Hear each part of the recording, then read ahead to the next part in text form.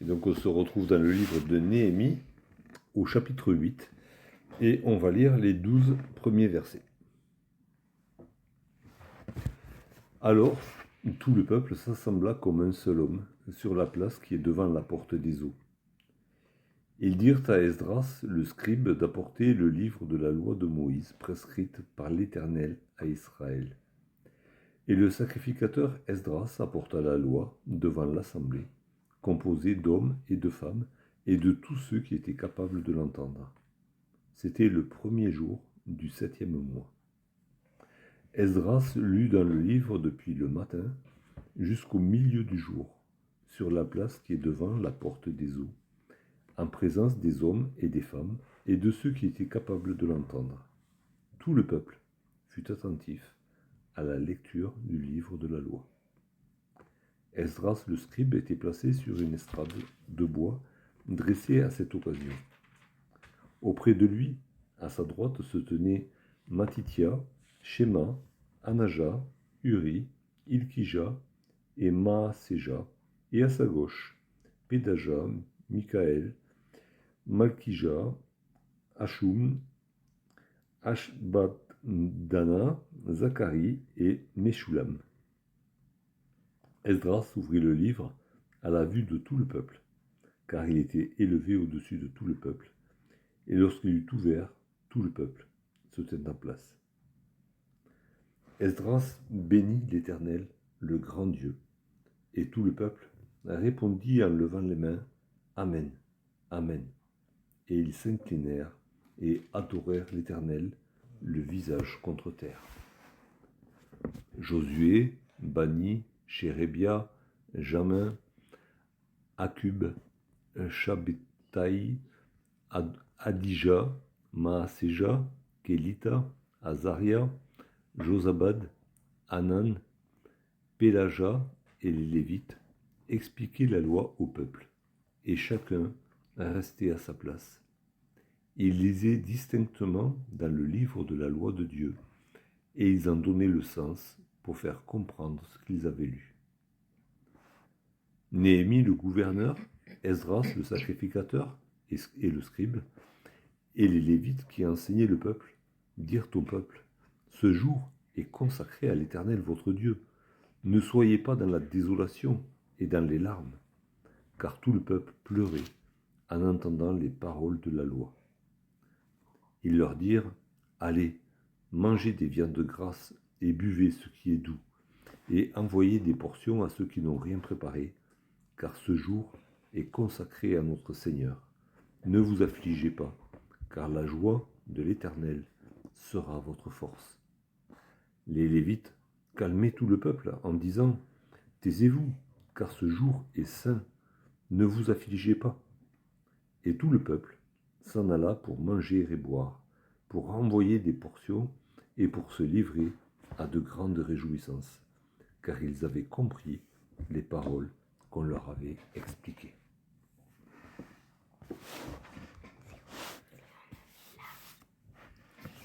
Et du coup, comme il en était question à la fin du chapitre 7 et comme il en est question au chapitre 2, on se retrouve au 7e mois.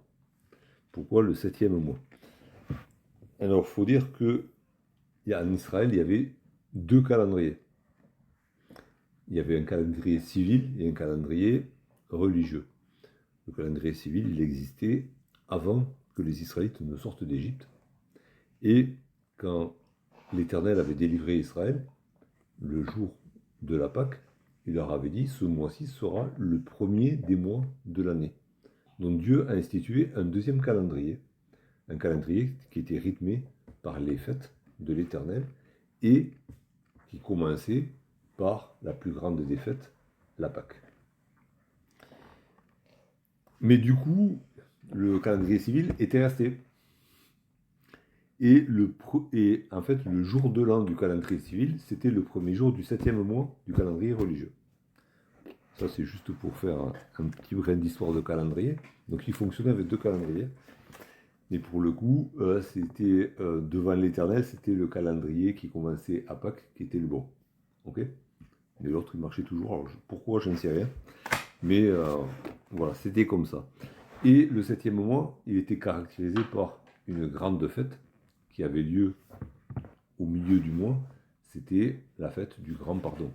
C'était la fête où le souverain sacrificateur entrait dans le lieu très saint pour que Dieu puisse pardonner les péchés de tout le peuple. C'était une fois par an.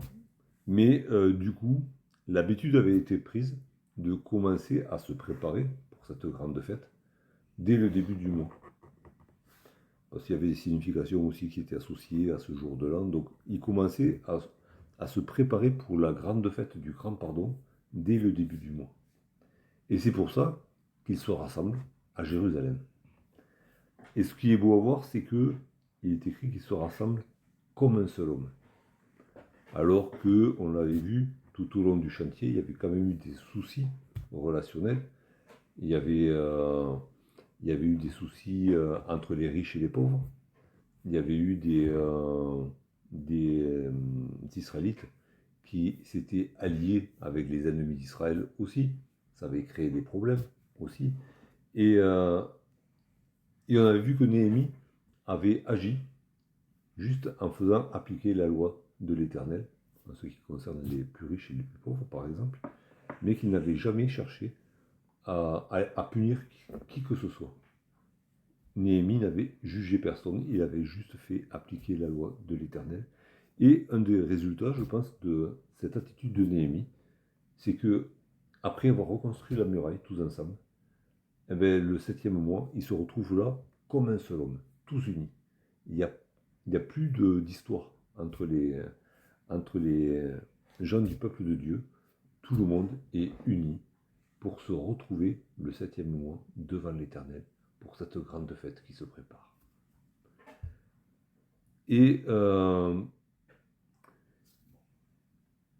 j'ai cherché un petit peu, j'ai pas bien trouvé, mais il semblerait que la porte des eaux, en fait, c'était la porte des eaux usées, d'accord? C'était pas la porte des eaux de la source, hein, c'était la sortie des égouts. Et si on schématise un petit peu d'après ce que j'ai pu trouver, et du coup, c'est à cette porte-là, apparemment il y avait de la place, et on avait vu au chapitre 7 que à l'intérieur des murailles, il y avait beaucoup de place parce que tout le monde n'avait pas encore rebâti des maisons, et du coup il y avait de la place. Et donc, il y avait certainement beaucoup de place à cet endroit-là. Ça peut se comprendre si c'était la sortie des égouts. Ça n'inspirait pas grand monde d'aller construire par là-bas. Et donc ils sont là, ils se rassemblent à cet endroit-là. Et ce qui est impressionnant, c'est que c'est le peuple rassemblé qui demande à ce qu'on lui lise la loi. C'est pas Esdras qui dit, bon ben maintenant, puisque vous êtes là, je vais vous lire la loi. C'est le peuple qui le demande. Parce qu'il y a une prise de conscience, certainement. On a travaillé sur le chantier pour l'Éternel. Nous sommes le peuple de Dieu. Mais en fait, on ne connaît pas vraiment Dieu. Et on veut le connaître. Alors forcément, quand quelqu'un va voir Esdras pour lui demander de parler de la loi de Dieu, ben Esdras, il ne se fait pas prier deux fois. Hein.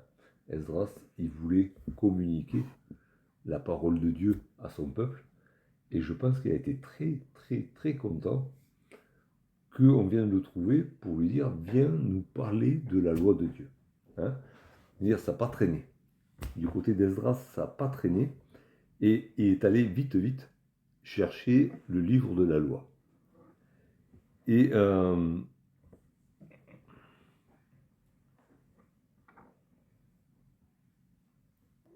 qui est-ce qui était là? Justement, qui est-ce qui a demandé à ce qu'on lise le livre de la loi? Mais c'est répété à 2 reprises. Il y a les hommes, il y a les femmes, et il y avait certainement tous les enfants qui pouvaient comprendre. Donc, à partir de quel âge est-ce qu'on peut comprendre la loi de Dieu? À partir du moment où on a appris un petit peu à parler et qu'on sait comprendre ce qu'on nous raconte. Donc, les enfants qui étaient là, ils n'étaient pas très très grands. Hein. Ils devaient avoir, je sais pas, à partir de 4-5 ans, on commence à comprendre pas mal de choses. Donc, il y avait toutes les familles qui étaient là. Il n'y a que les bébés qu'on a dit, non, les bébés, bon, allez, on va les mettre à l'abri. En plus, il faut comprendre que le 7e mois, c'est quand même septembre-octobre. Hein. Il fait un peu moins chaud. Et puis d'avoir les bébés toute la journée là au milieu, ça aurait fait désordre quand même. Hein, parce ils avaient des choses importantes à faire. Alors peut-être qu'il y avait la crèche qui était organisée ailleurs, je sais pas. C'est pas raconté. Mais en tout cas, voilà, il y avait des enfants, et même des enfants pas très grands, qui étaient là, avec les parents, avec tout le monde, les grands-parents, tout le monde était là. Tout le monde était réuni. Et,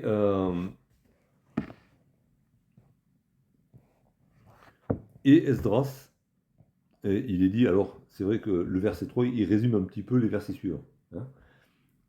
Si, les Hébreux ne racontaient pas les histoires comme nous on les raconte. Mais voilà, ce qui est introduit, c'est que Esdras va se mettre à lire depuis le matin jusqu'à midi. Si on compte que à l'heure du soleil, parce qu'il faut se mettre, nous on a une heure de décalage, mais actuellement le soleil se lève vers les 7 heures, c'était encore un peu plus tôt, on a encore une heure d'avance sur le soleil, donc peut-être qu'il a commencé à 6 heures du matin à lire. De 6 heures à midi, ça fait 6 heures. Pendant 6 heures, Esdras a lu le livre de la loi de l'Éternel. Et qu'est-ce qu'il est dit? Tout le peuple fut attentif à la lecture du livre de la loi. Ils n'ont pas été distraits pendant les 6 heures, ils ont été là, bien concentrés, pour écouter la loi de l'Éternel. Et pendant 6 heures, Esdras, il a lu. Et après, c'est détaillé comment ça s'est passé. Parce qu'il n'a pas fait que lire, comme ça, tourner des pages. Hein. À partir du verset 4, c'est expliqué. Donc, comment ça s'est passé, l'action. Esdras, il était placé sur une estrade en bois dressée pour l'occasion. Donc, une espèce de, je ne sais pas comment ils ont fait, un échafaudage où il a pu monter dessus. Mais il faut voir, ils venaient juste de se rassembler. Ils se sont rassemblés, alors peut-être qu'ils sont arrivés la veille, l'avant-veille, parce qu'ils marchaient à pied, ils n'arrivent pas tous en même temps, je veux bien. Mais une fois qu'ils étaient tous rassemblés, ils ont dit à Esdras, viens nous lire le livre de la loi. Et pendant qu'Esdras allait chercher le livre de la loi, eux, ils ont construit l'estrade. Ça n'a pas traîné. Ils avaient vraiment envie d'entendre le livre de la loi. Donc, bon, en plus, c'est bon, ils étaient habitués à construire, hein, ils sortaient du chantier des murailles, donc ça va, ils savaient faire. Mais ça montre l'implication de ces gens. Ils voulaient entendre le livre de la loi, mais pendant qu'Esdras allait chercher le livre, eux, ils ont bâti l'estrade. Ça n'a pas rigolé, hein, ça n'a pas traîné. Bim bam boum, ça a été fait. Quand Esdras est revenu avec le livre, il a eu qu'à monter dessus. Ça veut dire qu'ils avaient vraiment très envie, ils étaient vraiment très impliqués dans ce qui se passait là. C'était pas juste qu'ils avaient demandé ça, on va passer le temps, et puis voilà. Et Esdras, il monte sur l'estrade, et il faut voir, c'était pas un escabeau l'estrade. Parce qu'avec Esdras, il y avait 13 hommes en plus. Donc l'estrade, elle faisait quelques mètres de large, hein, pour que tout le monde soit sur l'estrade. Tous ces gens-là. Et ça nous montre encore que bon, il a fallu qu'ils se bougent. Hein, ils ont fait quelque chose de costaud et vite. Donc ils l'ont fait certainement tous ensemble. Hein. Tous les meilleurs ici sont mis et ta. Il y a qui allait chercher les planches, l'autre il cherchait les clous, l'autre il cherchait le marteau et le truc il est monté. Et une fois qu'il est arrivé, que fait Esdras? Il commence par ouvrir le livre. Il ouvre le livre. Et le livre, c'est la parole de Dieu. Le premier qui a droit de parler dans cette réunion, qui s'est un peu improvisée, là, le premier qui a le droit de parler, c'est Dieu. Alors Esdras ouvre le livre de Dieu, pour commencer. Mais il ne se met pas à lire tout de suite.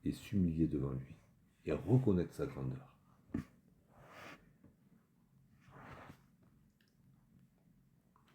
Et Esdras commence à lire, et on voit qu'il y avait 13 hommes avec lui sur l'estrade, et on voit qu'au pied de l'estrade, il y en avait encore beaucoup plus. Il y avait tous les Lévites qui étaient là, toute cette partie d'Israël, tous ces hommes d'Israël qui étaient destinés dès leur naissance à enseigner le peuple. Ils sont là. Et qu'est-ce qu'ils font? Certainement que Esdras, il lisait quelques versets, et puis eux qui étaient au même niveau que le peuple, qui étaient parmi le peuple peut-être, eh bien, ils expliquaient à chacun ce que ça voulait dire de manière très profonde. Et peut-être qu'ils répondaient aux questions. Là, c'était sûrement interactif. Peut-être qu'après chaque verset, il y avait des petits groupes qui se formaient et il y avait un lévite au milieu qui répondait aux questions. Parce que il y avait plein de questions partout. Mais dans chaque groupe, il y avait certaines questions. Et le lévite qui était là, il répondait aux questions qui étaient posées. Et il expliquait encore. Parce que Esdras, certainement, il avait déjà expliqué. Mais il y avait des choses qui avaient du mal peut-être à rentrer. Et c'est Lévite qui était parmi le peuple. Mais il re-expliquait. Et peut-être qu'il y avait des questions sur une circonstance particulière. Moi, je suis dans telle situation. Qu'est-ce que la loi veut dire pour ma situation? Et le Lévite disait, ben voilà, la loi, elle dit ça. Donc toi, dans ta situation, tu dois agir de telle et telle manière. Et il lisait, alors c'est au pluriel, il lisait. Donc il reprenait la lecture. C'est Lévite, il reprenait, il ne parlait pas de trucs qu'ils avaient inventés. Il reprenait la lecture de la loi de Dieu. Il expliquait distinctement, hein, mot par mot. Il expliquait tous les mots. Et ils expliquaient ce que ça voulait dire. Pour que les gens ils comprennent bien ce qui venait d'être lu. Hein. C'est pas qu'ils lisaient blablabla. Ça sert à rien. Hein. Ça, dans certaines religions, ça existe, les mantras. On récite les choses. On n'a même pas besoin de comprendre ce qu'on raconte. On connaît par cœur et vas-y, on récite les textes sacrés. Là, c'était pas ça. Là, ils lisaient peut-être un verset et ils expliquaient ce que ça voulait dire, mot par mot, pour que ce soit bien compris. Que les trucs ne soient pas un truc appris par cœur, mais que ce soit quelque chose qu'on comprend et qu'on peut du coup expliquer aussi aux autres. Et puis alors, il s'est passé quelque chose. Un truc, mais phénoménal. Tous ces gens-là, ils étaient venus pour célébrer une fête. D'accord? Sauf que, au passage, ils avaient eu l'idée de demander qu'on leur lise la loi. Eh bien, à la fin du verset 9, il est écrit que, enfin, de ce que disent les... Voilà, il est écrit que tout le peuple pleurait en entendant les paroles de la loi. Ils avaient peut-être entendu parler de certaines choses de la loi, un petit peu par-ci, par-là, mais ça les avait jamais touchés. Ils ne se sentaient pas vraiment concernés par ce qu'ils avaient entendu.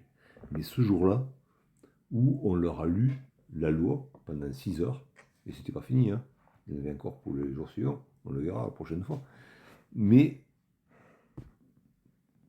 on leur a expliqué ce que ça voulait dire, et ce que ça voulait dire pour chacun d'eux, ce que ça signifiait. Et en écoutant la loi de Dieu, ils ont compris qu'ils étaient pécheurs. Ils ont compris qu'on a fait tout de travers. Dieu est saint, Dieu est parfait, sa loi est parfaite. Et nous, on est pécheurs. On a tout fait de travers, on a tout raté. On n'a rien fait de bon. On s'est comporté méchamment contre Dieu. On ne lui a pas obéi. Et ils se sont mis à pleurer, mais tout le monde pleurait. Tout le peuple qui était là, qui avait entendu la loi, pleurait. Parce qu'ils avaient compris que ils étaient pécheurs devant Dieu, qu'ils avaient désobéi à Dieu depuis le premier jour. Et que, du coup, Dieu avait le droit de les punir. Et ils se sont mis à pleurer, à pleurer, à pleurer. Mais un truc de fou, ils n'arrêtaient pas de pleurer. C'est pas qu'ils ont pleuré 5 minutes, mais c'est qu'ils ne s'arrêtaient plus de pleurer. Et du coup, il y a plein de gens qui vont leur dire, mais arrêtez de pleurer maintenant. Mais ça montre une chose, ça montre qu'ils étaient vraiment sincères. C'était de tout leur cœur. Dans leur cœur, ils avaient vraiment compris ce que c'était la loi de Dieu. Ils avaient vraiment compris qu'ils étaient pécheurs. Et pour eux, c'était une vraie catastrophe. Et du coup, c'est pas que s'ils avaient pleuré un coup et puis après, bon, ça va, on passe à autre chose. On aurait pu dire, bon, ils se sont pas vraiment repentis de leur péché. Mais là, ils n'arrêtaient pas de pleurer. Ils étaient vraiment en train de vraiment, sincèrement, se repentir de tous leurs péchés. Et donc, ils ont pleuré jusqu'à ce que tout le monde se mette à leur dire, mais arrêtez de pleurer. Alors, qui c'est qui s'y met? Il y a Néhémie qui s'y met. Il y a Esdras lui-même qui est sur son estrade pour lire la parole. Il y a tous les Lévites qui sont au milieu du peuple. Et tous, mais ils font des gros efforts, hein, parce qu'ils ne réussissent pas du premier coup, pour leur dire arrêtez de pleurer. Hein, arrêtez de pleurer. Et pourquoi? Mais parce que vous êtes réunis devant l'Éternel pour une fête de l'Éternel. Et notre Dieu veut que vous soyez dans la joie. Vous avez compris que vous êtes pécheurs, ok, mais il va y avoir la fête du grand pardon. Alors Dieu va vous pardonner, et même Dieu est en train de vous pardonner déjà. La fête, c'était juste pour qu'on se souvienne que Dieu pardonne. Mais du moment que vous êtes repenti, Dieu vous pardonne. Alors arrêtez de pleurer. C'est plus la peine de pleurer. Dieu vous pardonne. Et même les Lévites, ils vont plus loin. Ils disent attention, hein, c'est les fêtes de l'Éternel, c'est des fêtes. Et si vous continuez à pleurer, en fait, vous allez offenser l'Éternel. Alors faites attention quand même. Il y a un moment pour se repentir, puis un moment pour être dans la joie du salut. Alors, c'est bon. Vous vous êtes repenti, maintenant, soyez dans la joie du salut pour honorer Dieu, qui vous pardonne. Et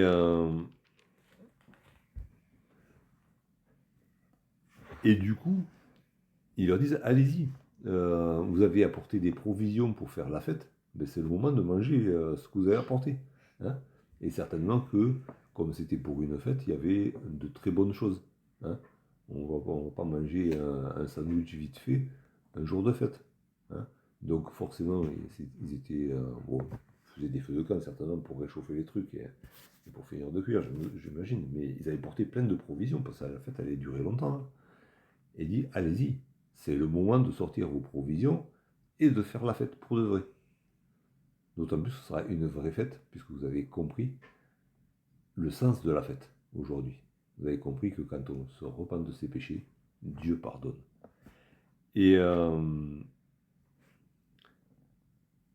il dit non seulement profitez de ce que vous avez apporté pour manger et boire. Hein. Alors, il parle de boire ce qui est doux. Alors, au mois de septembre, si c'était du vin, c'était le vin de l'année précédente, parce qu'il n'était pas encore tiré, le vin nouveau. Mais bon, allez. Peut-être qu'il y avait du jus de raisin aussi, parce qu'il n'avait pas encore fermenté, j'en sais rien. Mais il dit de boire ce qui est doux. Hein. Donc, faites-vous plaisir. Allez-y, faites-vous plaisir, mais pas seulement à vous. Pensez à envoyer aussi des gâteaux de la fête à ceux qui n'en ont pas préparé, ceux qui ne sont pas venus. La joie du salut que vous avez, il faut que vous la partagiez maintenant. Et que les autres autour de vous qui n'ont pas de provision, parce qu'ils sont trop pauvres peut-être, ben, il faut qu'ils participent avec vous à la joie du salut, à la joie d'être pardonné. Et au verset 12, que fait le peuple? Eh ben, ils écoutent, hein. Ils sont venus pour écouter. Alors d'abord, ils ont écouté la loi. Après, ils ont écouté les explications de la loi. Et puis quand on leur dit c'est le moment de faire la fête, eh ben, ils écoutent aussi. Hein. Ils sont venus pour écouter, ils écoutent tout ce qu'on leur dit et ils obéissent. Et bon, de bon cœur, je pense aussi. Hein. Ils s'en vont faire la fête et ils partagent ce qu'ils ont apporté avec ceux qui n'ont pas apporté. Ils partagent ce repas de fête tous ensemble. Et pourquoi et une explication à ces grandes réjouissances. D'ailleurs, ça a été une fête à tout casser quand ils ont fait là. Quand dans la Bible, déjà, il y a le mot fête, ça bouge. Mais là, ce sont de grandes réjouissances. Donc, ça a été une très grande fête qu'ils ont fait. Hein. En même temps qu'ils mangeaient, il y en a qui devaient chanter, il y en a qui dansaient, il y avait de la musique. Hein. Ça y allait. Hein. Si Norbert avait été là, il aurait envoyé avec sa batterie. Hein. Ça se serait entendu, et certainement ça s'entendait. Il y avait des tambourins, il y avait des cymbales, il y avait des trompettes, il y avait tout ce que tu veux. C'était une fête ça pétait la fête. Et pourquoi est-ce qu'ils ont fait la fête comme ça? C'est expliqué à la fin du verset 12. Car ils avaient compris les paroles qu'on leur avait expliquées. C'est à cause de ça qu'ils ont fait la fête. Parce qu'ils ont compris les paroles de la loi de Dieu. Alors, les paroles de la loi de Dieu, ça les a fait pleurer d'abord. Mais quand on leur a dit que c'était la fête, parce que c'était la fête de l'Éternel, du Dieu qui pardonne, alors là aussi ils ont compris de parole. Et c'est à cause de ça, c'est parce qu'ils ont compris toute la parole de Dieu qu'ils ont pu faire la fête. Et on pourrait lire le psaume 119, mais ça fait un peu long pour ce soir, 150 versets. Mais dans le psaume 119, il est beaucoup question de la joie qu'on peut avoir à lire, à comprendre la parole de Dieu. Alors du coup, j'ai pris juste un verset pour illustrer cette joie qu'ils ont. C'est dans le livre de Jérémie.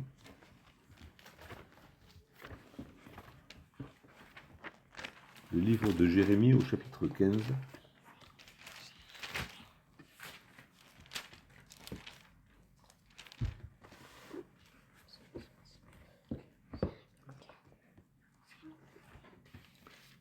Jérémie chapitre 15 et le verset 16.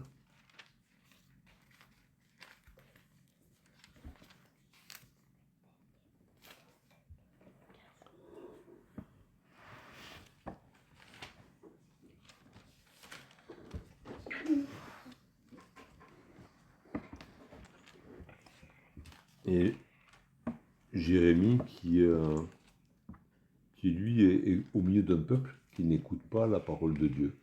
Lui a écouté la parole de Dieu. Et même s'il a vécu des choses difficiles à cause des gens qui n'écoutaient pas la parole de Dieu, il a pu dire ça. J'ai recueilli tes paroles et je les ai dévorées. Tes paroles ont fait la joie et l'allégresse de mon cœur, car ton nom est invoqué sur moi, Éternel, Dieu des armées. Jérémie a recueilli les paroles de Dieu, c'est-à-dire que c'est comme si Dieu avait jeté ses paroles, comme ça, comme de la même manière qu'il faisait tomber la manne dans le désert. Et Jérémie est allé chercher toutes les paroles de Dieu. Il les a toutes ramassées. Il les a ramenées chez lui. Et qu'est-ce qu'il en a fait? Il les a dévorées. Hein? C'est pas qu'il est. C'est un peu comme, encore une fois, comme la manne.